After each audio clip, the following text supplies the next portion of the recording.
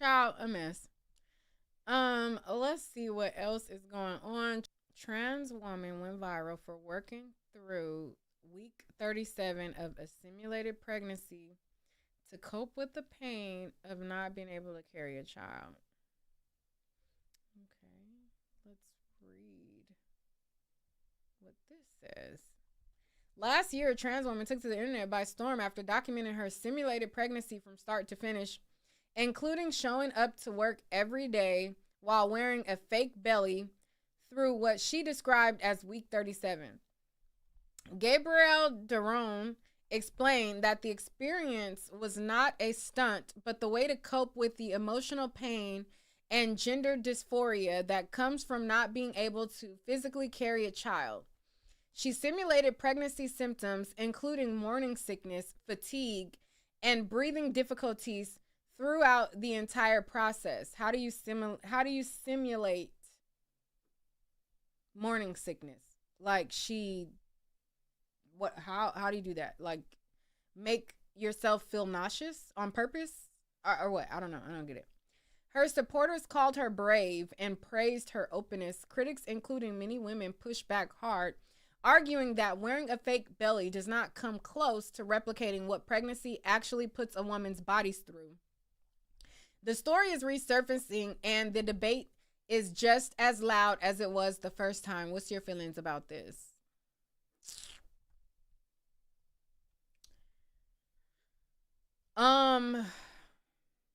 Well, I feel like you cannot um like fully understand what it's like to be pregnant by putting on a belly. In there it says that they simulated morning sickness, so I'm not sure if they gave themselves something to make themselves feel sick, cuz I don't understand what that's like. Also, pregnancy is different for each woman. It's not the same for everybody. Everybody doesn't have all of this. Everybody doesn't get morning sickness. Everybody doesn't get, like, you know what I mean? Like, people get different stuff. Now, for me, for the first, I want to say like for the first couple of months, I was fine. It was like month 3 that like everything was sensitive, right? Like I didn't get, I guess, morning sickness, but when I brushed my teeth, I got like, it made me like gag, like that. Like I didn't throw up. Like I wasn't one of the people who were pregnant and like always throwing up. I didn't throw up. I wasn't a throw uppy pregnant person, but I did get nauseous from certain things.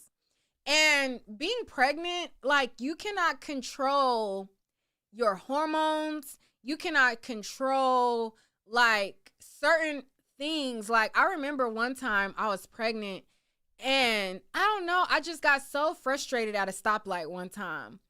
And I got choked up for a second. And it was just like, girl, are you really this upset at a freaking stoplight? Like, what did stoplight do to you?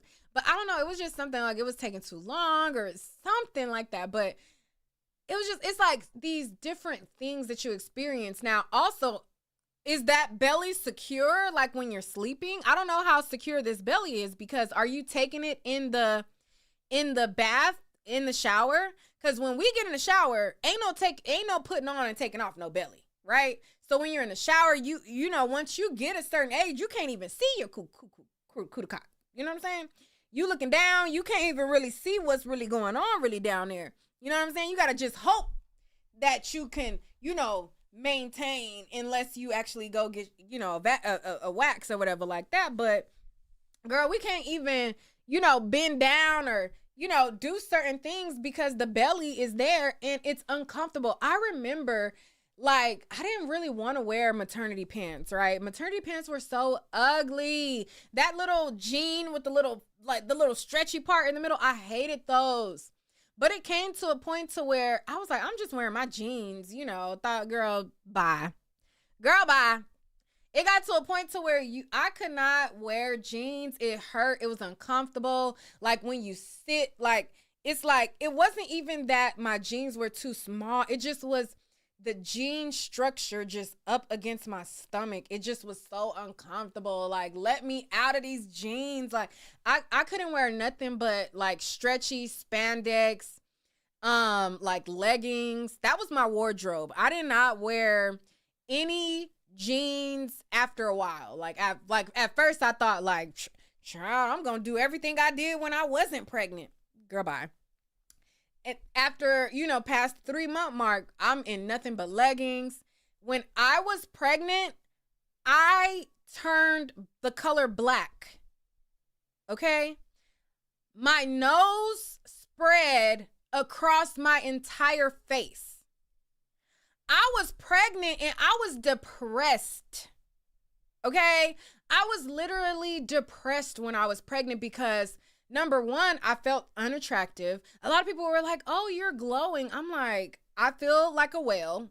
My stomach was huge. Like, I was big. Like, number one, when I got pregnant, when I started my pregnancy, I was 130 pounds. When I gave birth to my baby, I was 198 pounds at delivery. I gained damn near 70 pounds. Okay, so I was the biggest that I had ever been in my life. All the way up until pregnancy, I was a little skinny, frail frame. I was literally, I was proportional. I always had titties and I always had a butt proportion to my size. But I was small and I was skinny. So I was like 130 pounds at, conception. And then when I gave birth, I was almost at a 70-pound weight gain. Not only that, my skin had turned black. Okay, I was like, the color of my hair was the color of my face. My nose was like this. I'm like, oh my God, will my nose ever go back? Will I ever be me?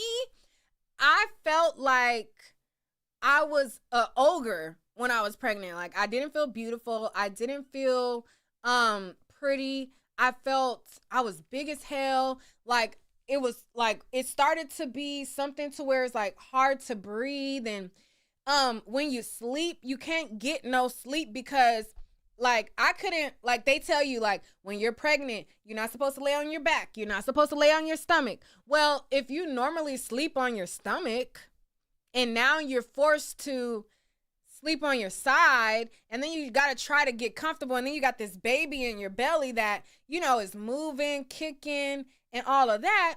And then when you actually give birth, okay, now I had postpartum preeclampsia. Now the hospital, they tested me for preeclampsia prior to me giving birth, but they didn't detect they didn't detect it until after I gave birth. So I had preeclampsia, okay? I went into labor on a Tuesday. Or no, was it Monday? Child, let me get it right. Hold on, let me look back. It was either Monday or Tuesday. I gave birth. My water broke. I want to say I think it was Monday. I gave birth on Tuesday. So I give birth on Monday. We'll just say Monday. I went in. Listen, let me back up. My water broke on a Monday. I go to the hospital and I'm like, oh shit, the baby's coming, right? I was not in any pain at first. So my water broke, but I'm not in pain. Like, I'm not having like contractions. I'm having like small pains, but nothing that seemed like actual active labor, right? So I go to the hospital and I'm not dilated. I'm not dilated at all. And my water bag, where it just was a gush of water that came out, my water bag did not fully break. So I go into the hospital. They wanted to they had to break my water, but they waited a while. So in the midst of me going into labor and my water breaking, I go into the hospital. They had to check me, right? So they got to stick their fingers in you and they're going like this to try to check, the to see how much you're dilated. And I went to like a hospital to where they were like training people too. And then so it's like, oh, I think she's not dilated. Here, you check. So then here comes another damn person who they got to check. Then they stick their fingers in your coup de croc. And then they're like, and I'm just laying back like, hello, what's going on? So all the while, so from Monday to the next day, my water had not fully broke because they were trying to let it break on its own, but it didn't fully break. So after I had been in the hospital for a while, they had to break my water, but in order for them to break my water, they had to induce my labor. So they induced my labor the next day. Okay. So the very next day, I want to say around like 10 a.m., they started me on what is it called? Pitocin. They started me on like this drip, right? And then that was supposed to help you start to like contract and everything. They checked me and I still was not fully dilated. So because my water had broke the previous day, and you know they had like a time limit on how they had to take my baby out, they had to put this balloon type of thing in my coochie. Okay, they inserted this thing up there. They had to like pump it up, and then they put like this bag on the other side of it, and then like it gradually like pulls out of your vagina, right? And so they stick this thing in, and it forces you to dilate or whatever. And so at the time that it fully comes out, like you're supposed to be dilated or whatever. Like birth is painful. So in the morning time, once they gave me the stuff to induce my labor, they told me how painful it was going to be because it wasn't like regular contractions. They were like forcing the contractions, so it was going to be painful. So I was like, okay, give me an epidural. At first I was trying to do it without an epidural. So I went the whole, like the first day to the next day without an epidural because I wasn't really in too much pain that I could not, I couldn't handle. But when they told me that once they give me the thing to induce my labor, they were like, oh, it's going to be unbearable. So I was like, okay, give me the epidural. So they gave me the epidural at 10. It was like 10 a.m. Like all this stuff happened. I didn't give birth to my daughter until 12 hours later. I gave birth to my daughter at 10 p.m. that night. And my water bag had broke the day before, or started to break the day before. So by the time I gave birth, I felt everything. Okay. I felt every single thing. The epidural started to wear off. I started to I felt her like in my pelvic area. And then when they were like, push, I'm over there, feeling like I don't got no strength in me. I can't do it. I'm like, I can't push. So my auntie and my mom was like, you got it, push. So I remember pushing, like all the strength in me, but all the while I'm just like, I can't do it. Cut her out. Just give me a C-section. I don't want to be in labor no more. I'm tired. Just cut her out. I don't care. I can't, I literally felt like I didn't have the strength to push her out. Okay. I'm like, I can't do it. I don't have the strength to do it. Like, I really felt like I didn't have the strength to do it because I'm like, push her out, child. I am whooped at this point. So, and the freaking Pitocin was, a whole thing. And then pulling that balloon out of my to make me dilate. All of that was all of this thing. So my daughter, so I push. So they're like, push. So I push. And then her head comes like this. Oh, wait. She goes like this. And then she goes bloop, bloop, bloop, bloop. And I feel her coming back inside. And I'm like, oh no, just cut her out. So they're like, you got it, push. And then so I push again. They like, hold my hand and put, like they're walking me through like however they wanted me to breathe and, all this stuff. And they're like, push. So then I push again and my baby does the same thing. She goes like out, like you could see her head like peek out. And then she goes bloop, bloop, bloop, bloop, and goes back inside.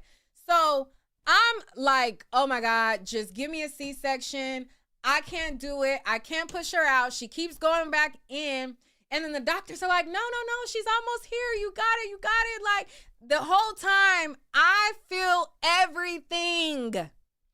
I feel her head. I feel her coming down. I feel her like trying to push through. Like I felt everything. Okay. I was whooped. Okay. Talk about getting whooped. Now I was whooped. So then they were like, no, you got it. Push. So I finally gave that final push with all my might. Okay. Pushing all these muscles. So I finally pushed. And when she came out, she was 7 pounds, 12 ounces, child, a big one. And she ripped me from the rooter to the tutor. Okay? I was split. Because I guess, I don't know, maybe I wasn't fully, they said I was ready for labor, but I don't know. She ripped me.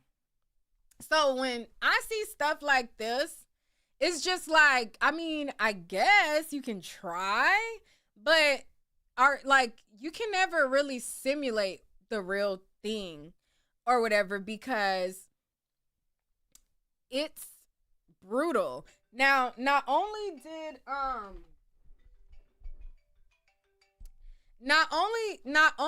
was that a whole thing, I get released from the hospital. I go home with my daughter and my feet felt like I was walking on water. Like my feet were swollen, my legs were swollen, like everything was swollen on me. And I could not hold on. Let me tell her I'm online.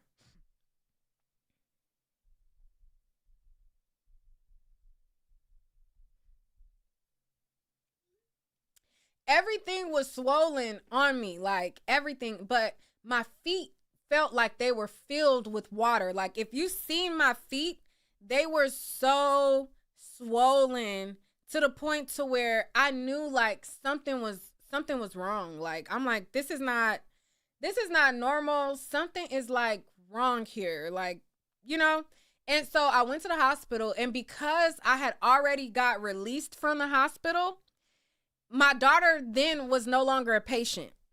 So I had to be checked into the hospital, and they diagnosed me as having postpartum preeclampsia. And so I had to go into the hospital. They had to give me a magnesium drip. And I think they had to give me the drip for like 24 hours. I had to get readmitted into the hospital. But because I had got checked out of the hospital, I could not keep my baby with me. Can you imagine a new mom and your baby is like not even a full week, and you get diagnosed or you go to the hospital and they like immediately admit you because you're at high risk, and you get admitted and your daughter cannot stay with you. So I had to just be in the hospital on this magnesium drip for 24 hours. Now, they did allow my mom to bring her to visit me, but she couldn't stay. So, they were telling me like how like dire, like if I had not went back to the hospital, like I could have like lost my life. So, it's a lot giving birth. my foot got bigger. Okay. All my life, I was a 7.5. I wore a 7.5 from middle school all the way up until adulthood. I got pregnant, my foot grew. I could not fit none of my shoes anymore. So now I'm an 8.5. But before I gave birth, I was a 7.5 my whole entire life. They don't tell you that your feet grew, your feet grow. Then, my stomach, it didn't really, my stomach, some people's stomachs are like a lot of loose skin. I didn't really have like a whole bunch of loose skin like that when I gave birth, but I did have a belly button piercing in for a long time, and it kind of stretched a part of my belly button to where it looks a little, but it's a lot. You said my third was in the NICU. We had to go home without her. It was scary and worrying. Right. That whole thing being separated from your baby is a lot. Nikki said, I had a home birth with a midwife and I was in so much pain during labor, but when my son came out, he flew like Superman. Oh my God. Child, that is a mess. Cosplaying as a pregnant woman is disrespectful to real women because it's women and babies that don't make it out alive, right? But yeah, so I say all that to say, you can try to simulate pregnancy, but there's so many different changes that your body is going through. You're not just wearing a belly. Your body is physically changing. Like my boobs got so big. And my boobs went from being so succulent when I was pregnant. Now, before I got pregnant, I had nice boobs. No shade. You know what I'm saying? They just were. T. My boobs, when I was pregnant, they got so big because of the milk and everything like that. But when I stopped breastfeeding my daughter, I rapidly lost weight. Like a lot of my weight was water weight.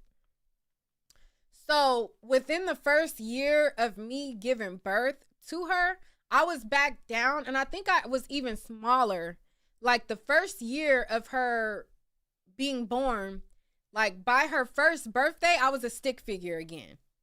And I was so much so a stick figure that I lost everything. I lost my boobs.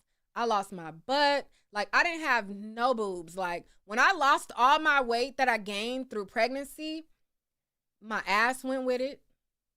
My boobs went with it. Everything was flat. And I'm telling you, flat, okay? Flat boobs, flat butt. I'm like, wait a minute. I've always been a skinny girl. But when I was skinny, I always had like proportion figure with my body. Like I didn't have a big butt, but I had a nice size butt for my size, like naturally. Y'all see my mama, child, it's natural. And so after that, my butt was like flat. I didn't even have like a butt, like for the first, like, I want to say 2 years, a year or two after I gave birth. And then my weight slowly starting to come back. Like it slowly started to come back. And I slowly started to like fill in as I gained, more weight. It filled in. But for a time, child, everything was flat as a pancake. But after time went on, my body came back to like its normal state. So I've never had any type of enhancement. I've never had no BBL. I've never had no fake boobs. I've never had any type of enhancements to my body at all. The only surgery that I've had is them to remove my fibroids. That's it. And that was 2 years ago now. Damn, that's already about to be 2 years. Wow, time flies. But anyways, that's my only surgery. And, over time, my body naturally, got back. But for a long time, my body was looking a mess.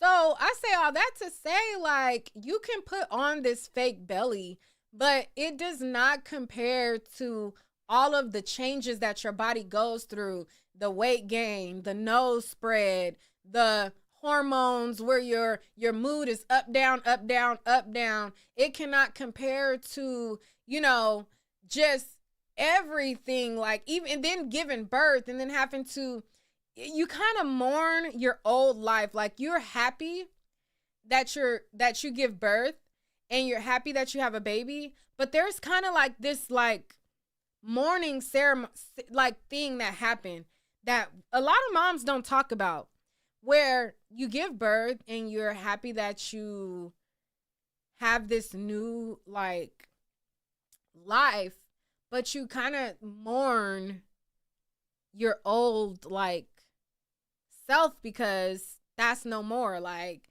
just hopping up and going to the club, or just hopping up and, you know, doing things the way that you used to, you can no longer do that. Like, you have to be responsible for a whole human. You have to make sure that she's cared for 24/7, round the clock. You can't just, you know, oh, I want to go to the store and just run to the store. Now you got to get a car seat. You got to load the car seat. You got to lock and secure your baby. And you got to make sure that she is, you know, fed, and you know, everything is, like, good. And you got to change diapers. And, you know, even if you don't feel like changing diapers, you got to change diapers. You have to wake up in the middle of the night when you're tired, you're exhausted. You know, you have to get up and make sure that they are fed. For the first, I want to say, month, when my baby was a newborn, she would literally, like clockwork, like an alarm clock, at 3 a.m. just cry. Yeah. She would just, and she just walked in my, she just walked in here right now. You hear me talking about you? Yeah, I heard. You feel some type of way? I was not a crybaby. I've never been a crybaby. Yes. No. Yes. So for the first, I want to say, like, month, she would cry like clockwork at 3 a.m. And it was like every night at 3 a.m. She would just holler. And it wasn't that she was hungry, because, like, I would be trying to feed her. And then I was like, you know, and only thing that would, like, calm her down, I would have to walk up and down the hallway. Up and down the hallway, walking with her. And I would be so exhausted, like a zombie. Okay, like literally a zombie, like, oh my gosh, she won't stop crying. And it would just be like an hour, for an hour, every night at 3 a.m. And I'm like, what is this? I don't know what I was doing at 3 a.m. to where I don't know, maybe I was up at 3 a.m. every night. You know, I don't know. What is this? But yeah, so anyways, all that to say, pregnancy is a whole thing, okay? Pregnancy will change your body, and you can literally die. Like, you can literally die from pregnancy. Like, you can literally lose your life. You're taking a huge gamble. And these folks putting on a belly, like, okay, I mean, I guess. But yeah, so that's all. I just wanted to check in with y'all. I was doing my mom's party all week, so I was not able to really piss y'all off, cuz, you know, I'm like, what is it? I understand that I feel like my tolerance, the older I get, is less and less. Cuz, you know, you would think that I've been on YouTube for so long. I've been on here for all these years, and I should be able to handle a lot of, like, what social media gives. Like, I'm not like a newbie to commentary, but I think that my tolerance is less and less. You know? Like, I feel like the older I get, the less is it like the less patience I have, or the less, I don't know. And I don't know. I do understand where people get upset at my delivery. It's kind of condescending at times. I'll try to work on that. But it's time to get back to business. Um it's time to really get into this gig and really grind. It's time to grind. So I'm gonna be back on y'all screen pissing y'all off. If y'all are not subscribed, hit subscribe. If you want to, hey, if you want to. Okay. And if you got hype points, hype the video and all of that. But I wanted to make sure to come speak to y'all real quick before I start my day. What time is it? Child, the day is started. I'm like, start my day and look at the clock. It say 3 o'clock. Child, I didn't even realize it was this late in the day. I'll talk to y'all later.